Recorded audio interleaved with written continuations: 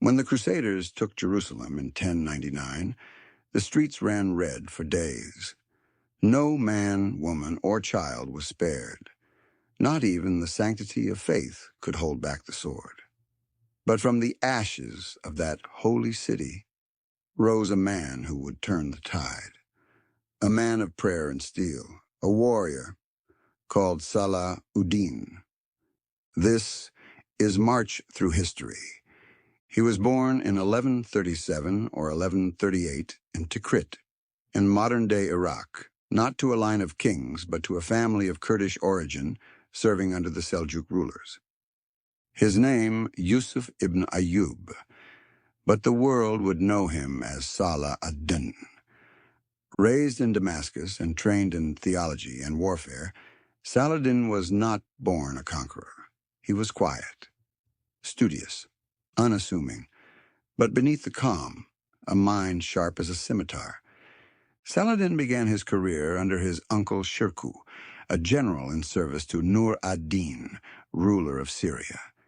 He was sent to Egypt, then a land of chaos, torn between the Fatimids and Crusaders. When Shirkuh died suddenly, it was the young Saladin who was made vizier, unexpectedly and against the wishes of many. But where others crumbled under pressure, he thrived. He consolidated power, disbanded the Shia Fatimid Caliphate, and restored Sunni rule, not for ambition, but to unify Islam against the Crusader threat. Within a decade, he controlled Egypt, Syria, Yemen, and the Hejaz, a vast Muslim empire, and for the first time in generations, united under one banner. The Crusader states, fortified and arrogant, saw Saladin's rise as a threat, and they were right. Leaders like Reynald de Chatillon broke treaties, raided caravans, even threatened to attack Mecca and Medina. Saladin warned him, "When I catch you, I will kill you with my own hand." July 4th, 1187. Saladin lured the Crusader army into the heat of Galilee. Dehydrated, exhausted, and outmaneuvered, they were surrounded.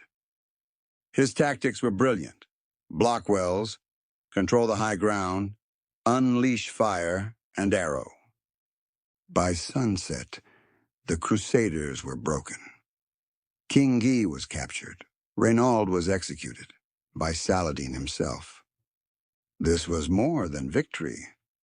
It was vengeance and redemption. Unlike the Crusaders 88 years before, Saladin did not storm the city. He negotiated, and when the gates opened, there was no massacre. No churches were desecrated. No innocents were harmed. Christians were allowed to leave or pay ransom. The city was cleansed, not with blood, but with mercy. Even his enemies praised him. To the Christians of Europe, he was the ideal Muslim prince. To the Muslims, he was al-Nasir, the defender. The Third Crusade followed, led by Richard the Lionheart, King of England, bold, fearless, and deadly. The two never met in person, but their war became legend. Clash after clash, from Acre to Jaffa, neither man could truly defeat the other. Yet, there was mutual respect. When Richard fell ill, Saladin sent him fruit and his personal physician. When Saladin's horse was killed, Richard offered him another. They were enemies, but also reflections, warriors bound by honor, not hate. In 1193, at the age of 55, Saladin died in Damascus. His empire mourned, but so did many in the West. When his body was prepared for burial, it was found that he had no gold, no silver. He had given it all away to the poor. Even in death, he was what he had always been, humble, generous, and just. Saladin's name lives on in mosques, in schools, in the dreams of nations. To Muslims, he is the paragon of righteous leadership. To historians, he is proof that greatness can come not from cruelty, but from compassion. Where others sought to destroy, he sought to unify. Where others ruled with fear, he ruled with faith. But even Saladin was not beyond fear.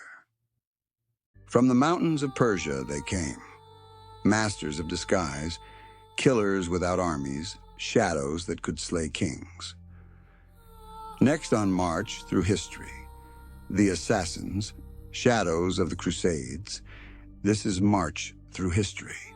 Subscribe for more stories of warriors, weapons, and the world they fought in.